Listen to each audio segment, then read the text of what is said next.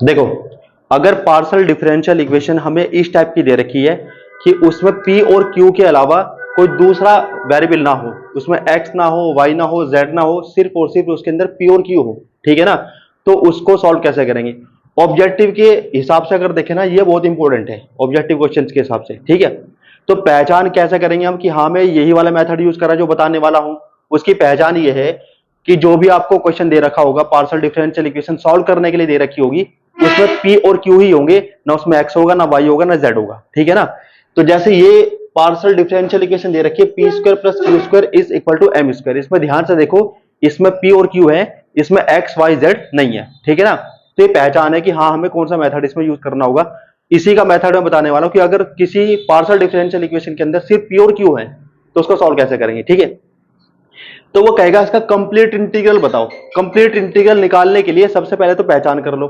Complete integral अगर निकालना है तो पहचान कर लो कि अगर उस इक्वेशन के अंदर सिर्फ p और q है तो कंप्लीट इंटीग्रल निकालने के लिए इसका यूज करोगे, z is equal to a x plus b y plus c. किसका यूज करोगे?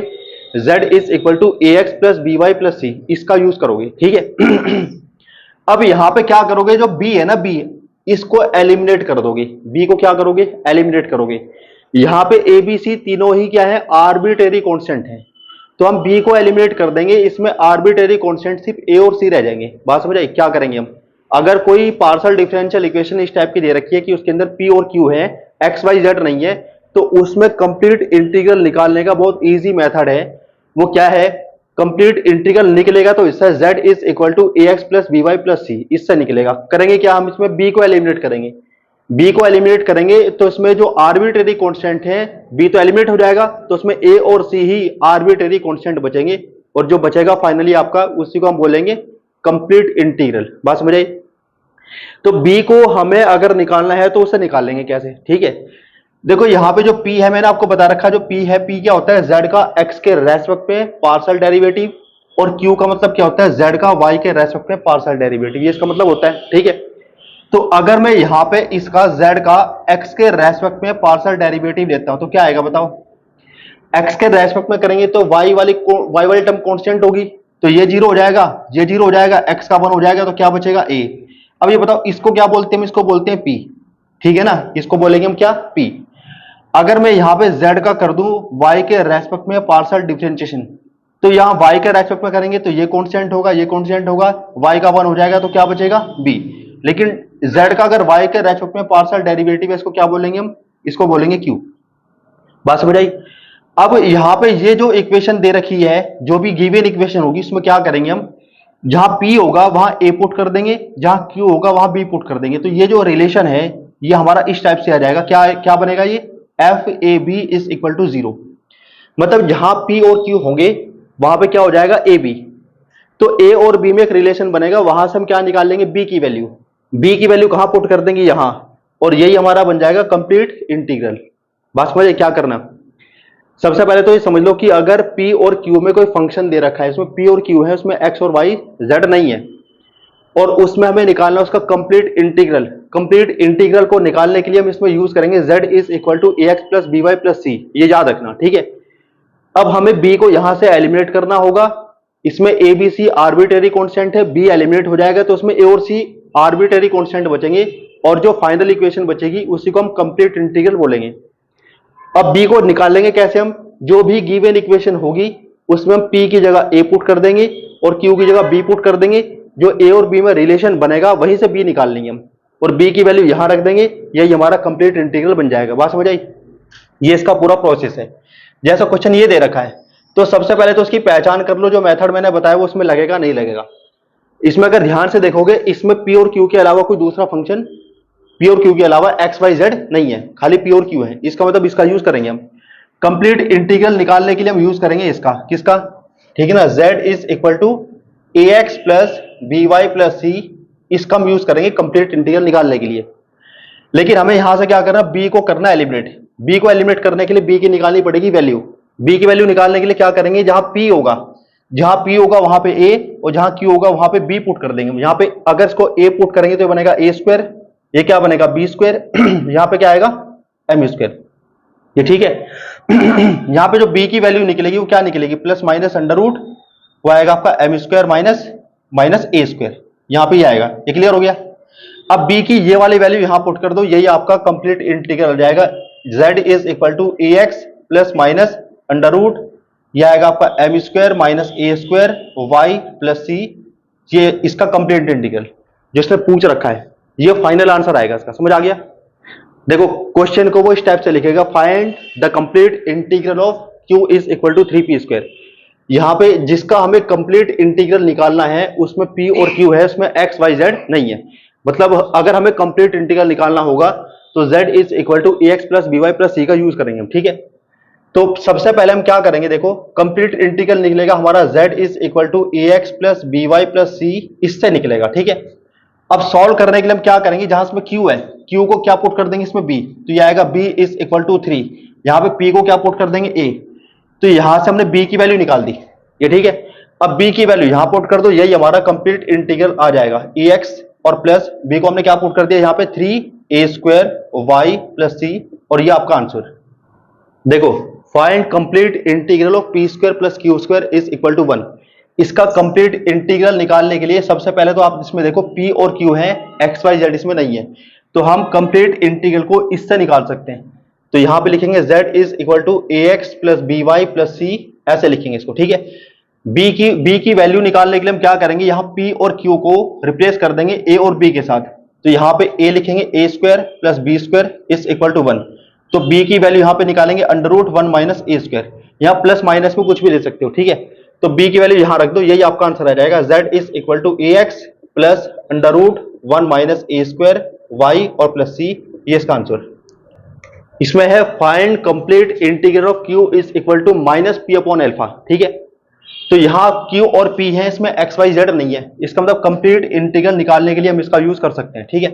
तो यहाँ पे हम क्या लिखेंगे, इसमें z is equal to a x plus b y plus c, इससे निकलेगा इसका कंप्लीट इंटीग्रल। लेकिन करेंगे क्या, इसमें हम b को एलिमिनेट करेंगे। b को एलिमिनेट करने के लिए क्या करेंगे, हम इसमें q को रिप्लेस कर देंगे b के साथ, तो यहाँ पे b लिखेंगे e की पावर, जहां p होगा वहां रिप्लेस कर देंगे इसको a के साथ, तो ये आएगा माइनस ए अपॉन एल्फा। बस b की ये वाली वैल्यू यहाँ पुट कर दो, ये आएगा ए एक्स, और ये आएगा आपका b को हमने क्या पुट कर दिया यहाँ पे, प्लस ये आएगा e to the power minus a upon alpha into y और प्लस सी, ये इसका कंप्लीट इंटीग्रल आ जाएगा। देखो कंप्लीट इंटीग्रल हमें निकालना है इसमें, इसका under root p plus under root q is equal to 1, ठीक है। इसमें p और q है, x y z नहीं है, तो कंप्लीट इंटीग्रल निकालने के लिए हम यूज करेंगे इसका z is equal to a x plus b y plus c, इसका यूज करेंगे। b को एलिमिनेट करने के लिए क्या करेंगे, b की वैल्यू निकालेंगे। b की वैल्यू निकालने के लिए p और q को हम रिप्लेस कर देंगे a और b के साथ, तो यहाँ पे आएगा अंडर रूट a और plus under root b is equal to कितना 1, ठीक है। अब यहाँ पे जो अंडर रूट b है इसको हम लिखेंगे अंडर रूट b को 1 माइनस अंडर रूट a, यहाँ पे इसका बोथ साइड स्क्वायर करेंगे तो ये आएगा b is equal to 1 minus under root a का होल स्क्वायर। b की वैल्यू यहाँ पुट कर देंगे, ये आएगा हमारा complete integral z is equal to a x plus 1 minus under root a का होल स्क्वायर y और प्लस c। हमें इसमें कंप्लीट इंटीग्रल निकालना है, p square plus q square is equal to n p q, ठीक है ना। तो पहचान समझ आ गई ना क्या करनी है, इसमें p और q के अलावा इसमें x y z नहीं है, इसका मतलब हम कंप्लीट इंटीग्रल निकाल सकते हैं इससे, z is equal to a x plus b y plus c से, ठीक है। तो यहाँ पे लिखेंगे z is equal to a x plus b y plus c, ठीक है। अब क्या करना है, b को एलिमिनेट करना है। b को एलिमिनेट करने के लिए क्या करेंगे हम, b को एलिमिनेट करने के लिए b की वैल्यू निकालेंगे। b की वैल्यू कहां से निकलेगी, यहां से निकलेगी, लेकिन कब, जब हम p को a और q को b में रिप्लेस करेंगे। तो p को हमने रिप्लेस किया a में, ये आएगा a square plus b square is equal to n a b, ये ठीक है। अच्छा ये b में क्वाड्रेटिक है, b निकालना है ना हमें, तो b में क्वाड्रेटिक है, इसको ऐसे लिख लेंगे हम, ये आएगा b square minus n a b और plus a square is equal to 0। अब ये वाला फॉर्मूला लगा देंगे जो आपने पढ़ा था 10th क्लास के अंदर, minus b plus minus under root b square minus 4ac upon 2a, b को निकालने के लिए, ठीक है। तो यहाँ पे लिखेंगे b इज इक्वल टू, यहाँ पे क्या लिखते हैं माइनस बी, तो b हमारा क्या होगा na माइनस na, तो यहाँ प्लस हो जाएगा na, फिर आएगा plus minus under root b का स्क्वायर, है ना, b का स्क्वायर। देखो b हमारा क्या होगा माइनस na, माइनस na का स्क्वायर क्या आएगा एन स्क्वायर ए स्क्वायर, तो यहाँ पे इसमें लिखेंगे एन स्क्वायर ए स्क्वायर, फिर हम माइनस 4ac, यहाँ पे a कितना हमारा 1 ac, यानी क्या आएगा ए स्क्वायर, ये ए स्क्वायर लिख दिया अपॉन 2a, a हमारा कितना है यहाँ पे 1, हाँ यहाँ पे 4a² लिखेंगे, ये आएगा 4ac, जो आएगा 4a²। ये क्लियर है? ये a² है ना यहाँ पे, 4ac, 4a और c हमारा a² है ना यहाँ पे, तो उसको वैसे लिखेंगे हम। b के कोफिशिएंट देखेंगे हम यहाँ पे, कंपेयर करके देखो इसके साथ, ax² plus bx plus c, तो c को तो लेंगे ना जुगा, तो जैसा भी है वो। अगर यहाँ पे c क्या है, यहाँ पे c a² है, यहाँ पे c कितना है, यहाँ पे c a² है ना, तो a² ही लेंगे ना हम इसको। अब क्या करेंगे हम इसमें, देखो ये आएगा na प्लस माइनस, इसमें से हम a² को रूट से बाहर करेंगे तो क्या बनेगा, ये आएगा आपका a तो बाहर आ जाएगा, अंडर रूट n² माइनस कितना बनेगा 4 अपॉन कितना 2, इसमें से a को बाहर पूरा ही बाहर निकालेंगे, इसमें आएगा n प्लस माइनस, ये आएगा under root n² minus 4 upon 2 और इंटू कितना a। ये क्लियर है? तो b की वैल्यू हमने निकाल दी। अब b की वैल्यू यहां पुट कर देंगे, इससे हमारा कंप्लीट इंटीग्रल निकल जाएगा। तो यहां पे क्या लिखेंगे इसको, ax, और b हमारा यहां पे कितना आएगा, b हमारा ये है, तो यहां पर लिखेंगे इसको n प्लस माइनस, ये आएगा अंडर रूट n² माइनस 4 और अपॉन कितना यहां पे आएगा 2 और इंटू यहां पे कितना a, ये किसकी वैल्यू b की रखी ना, y को हम सेम लिखेंगे और प्लस कितना c, ये आएगा हमारा इसमें कंप्लीट इंटीग्रल। देखो ये नया मेथड है, अगर कोई पार्शियल डिफरेंशियल इक्वेशन इस टाइप से दे दे वो कि उसमें p q z, बस ये तीन आपके पास होने चाहिए, p होना चाहिए, q होना चाहिए, z होना चाहिए, उसमें x और y नहीं होने चाहिए, ठीक है ना। अगर उसमें p है, q है, z है और x और y नहीं है, तो यूज करने के लिए इस वाले मेथड का यूज कर सकते हो जो मैं बताने वाला हूं, ठीक है। तो जो भी आपको पार्शियल डिफरेंशियल इक्वेशन दे रखी होगी, इसमें पहचान ये कर लो सबसे पहले कि इसमें p, q और z होने चाहिए, x और y नहीं होने चाहिए, ठीक है। तो यहां पे अगर देखोगे इसमें p है, q है, z है, इसमें क्या नहीं है, इसमें x और y नहीं है, तो यानी इस वाले मेथड का यूज कर सकते हो जो मैं बताऊंगा। इसमें क्या करना है, जो स्मॉल p होगा उसको dz by d capital X में रिप्लेस कर दोगे, जहां q होगा q को a dz by d capital X में रिप्लेस कर दोगे। बाद में जब फाइनल जो आंसर निकलेगा उसमें कैपिटल X को हम x प्लस ay लिख देंगे, बाद में जो फाइनल आंसर आएगा उसमें यूज करेंगे हम इसका। बात समझ आई? तो कंप्लीट इंटीग्रल हमें इसका निकालना है। हमने इसमें चेक कर लिया, इसमें p है, q है, z है, इसका मतलब यह है कि अगर इसको सॉल्व करना है तो हमें p को इसमें और q को इसमें रिप्लेस करना होगा, ठीक है। अब इसको सॉल्व करो, यहाँ पे हमने 9 को तो लिखा सेम, 9 को सेम लिखा और यहाँ p का स्क्वायर किया, p का स्क्वायर मतलब इसका स्क्वायर करेंगे, ये आएगा आपका dz बाई dx का होल स्क्वायर, इसका ऐसे लिख दिया इसको, ठीक है। और यहाँ पे z को हमने सेम लिखा, फिर प्लस q का स्क्वायर मतलब इसका स्क्वायर, तो ये आएगा a square into dz by dx का स्क्वायर आएगा। ये क्लियर है? और यहाँ पे क्या लिखेंगे, इसमें 4 लिखेंगे। यहां तक समझ आ गया? अब dz का जो होल स्क्वायर है इसको हम कर लेंगे बाहर, इसमें से ये आएगा 9 और ये आएगा dz बाई dx का होल स्क्वायर, ये आएगा। यहां पे क्या बचेगा, z plus a square is equal to कितना 4। इसको इसके नीचे लेके जाओ तो यहां से निकलेगी इसकी वैल्यू, 9 को भी इसके नीचे लेके जाओ तो ये निकलेगा dz बाई dx, ठीक है ना।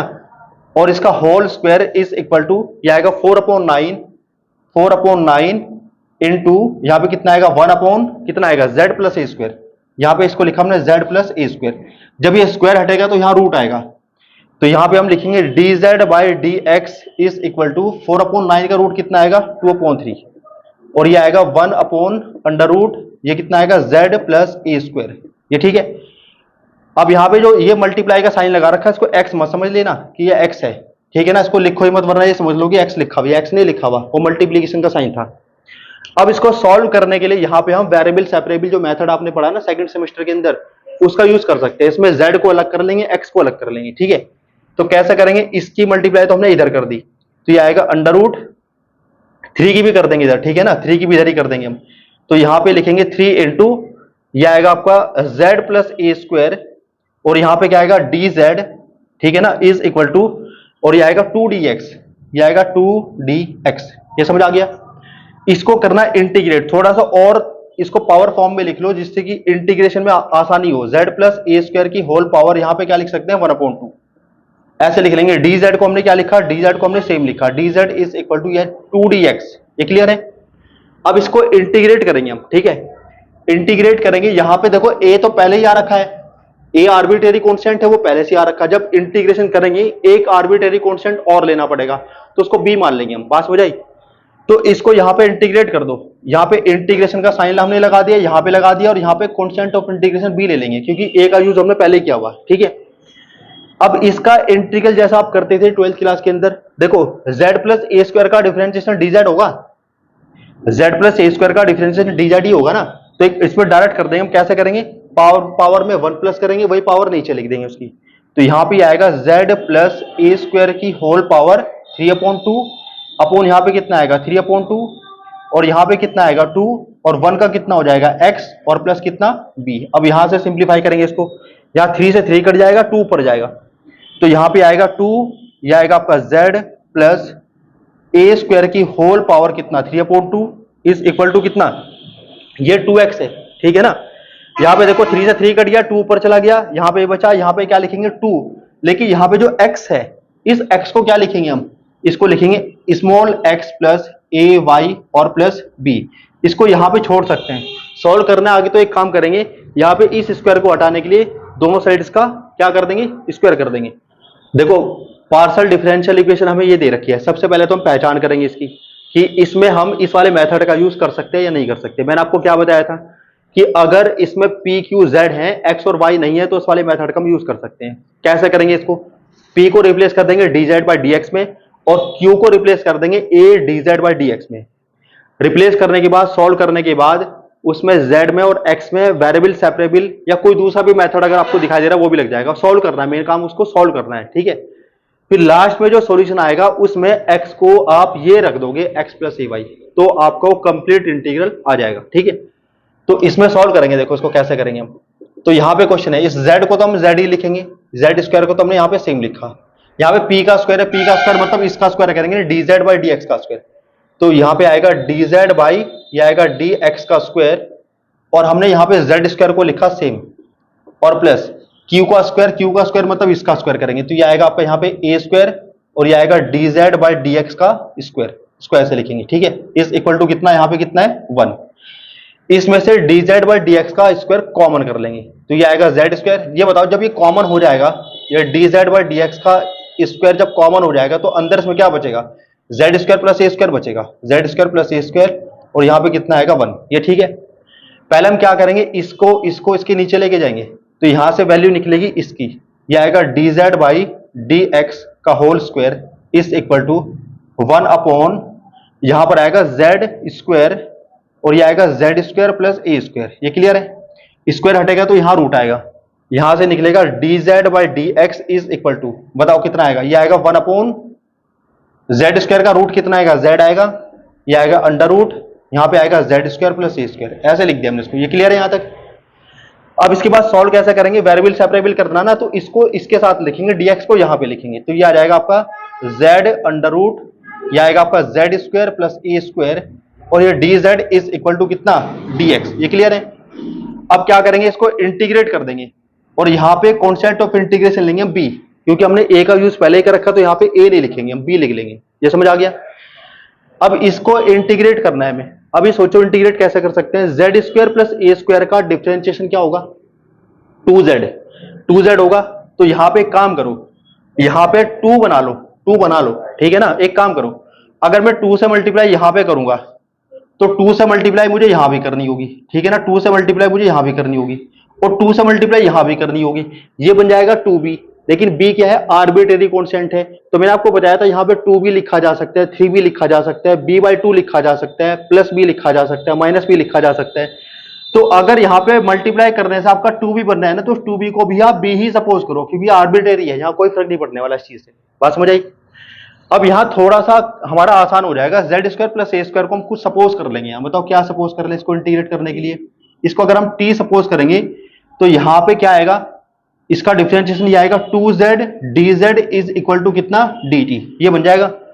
तो यहां पे देखो ये 2z dz को क्या लिख देंगे हम, dt, ये तो dt हो गया आपका। 2z dz को तो हमने dt लिख दिया, और यहां पे अंडर रूट के अंदर z square plus a square को हमने क्या सपोज कर रखा है, t, इसको हम लिख देंगे t, अंडर रूट है ना तो पावर में लिख देंगे 1/2 उसकी। बात समझ आई। ये बताओ यहां पे इसका dx का इंटीग्रल क्या आएगा, x आएगा, और प्लस यहां पे क्या लिखेंगे b। इसको इंटीग्रेट करेंगे, बताओ इसका इंटीग्रल क्या आएगा, t की पावर 3/2 अपॉन 3/2, ऐसे लिख लेंगे इसको, टी की पावर कितना आएगा 3/2 या इंटू 2/3 कर लेंगे।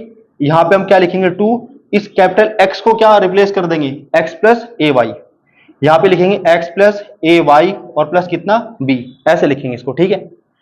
यहां पे क्या करेंगे टी की वैल्यू रख देंगे। अब टी की वैल्यू कितनी लिखेंगे z² प्लस ए स्क्वायर, तो हमने इसमें लिखा z² और ये प्लस ए स्क्वायर की पावर कितना 3/2 इज इक्वल टू 2, ये x प्लस ए वाई और प्लस कितना b, ये इसका आंसर। देखो यहां पे find a complete integral of z is equal to p q. पहले तो इसकी पहचान कर लो, इसमें z है, p है, q है, x और y इसमें नहीं है। इसका मतलब यह है कि हम इस वाले मेथड से इसको सॉल्व करेंगे। करने के लिए क्या करना पड़ेगा, p को इसमें और q को इसमें रिप्लेस कर देंगे हम, ठीक है। तो यहाँ पे z इज इक्वल टू कितना आएगा, p और q की मल्टीप्लाई करनी है ना, तो p को हमने इसमें रिप्लेस किया, q को इसमें रिप्लेस किया, तो इसकी मल्टीप्लाई करेंगे हम। तो यहाँ पे बनेगा a dz बाई dx का होल स्क्वायर, ये बन जाएगा, ठीक है। अब यहां पे हम क्या करेंगे dz बाई dx की वैल्यू निकाल लेंगे। dz बाई dx का होल स्क्वायर यहां पे इक्वल आएगा z अपॉन ए, और यहां से इसको सॉल्व करेंगे तो dz बाई dx की जो वैल्यू आएगी वो आएगी under root z upon under root a. यहां पे वेरिएबल सेपरेबल कर लेंगे हम, ठीक है ना। तो रूट ए को यहां मल्टीप्लाई कर देंगे, रूट z को यहां पे लिखेंगे, dx को यहां पे लिख देंगे। तो ये आएगा आपका अंडर रूट ए, ये आएगा 1 अपॉन अंडर रूट z, ये dz इज इक्वल टू कितना dx, ऐसे लिख दिया। अब इसको इंटीग्रेट कर दिया और यहां पे कॉन्सेप्ट ऑफ इंटीग्रेशन हमने ऐड कर दिया b, ठीक है। जब इसको इंटीग्रेट करेंगे ये बताओ z का डिफरेंशिएशन कितना होगा 1, तो यहां पे 1 है, तो इस पूरे का इंटीग्रल क्या आएगा, नीचे वाले रूट का डबल आएगा 2 under root z is equal to 1 का कितना आएगा x और प्लस कितना b। इसको हम क्या लिख सकते हैं, 2 को हमने सेम लिखा, इसको लिख सकते हैं under root a into z is equal to, इस x को हम क्या रिप्लेस कर देंगे, यहां पे x की जगह पुट कर देंगे इसमें x प्लस ए वाई और प्लस b। यही आएगा हमारा कंप्लीट इंटीग्रल इस क्वेश्चन का। समझ आ गया।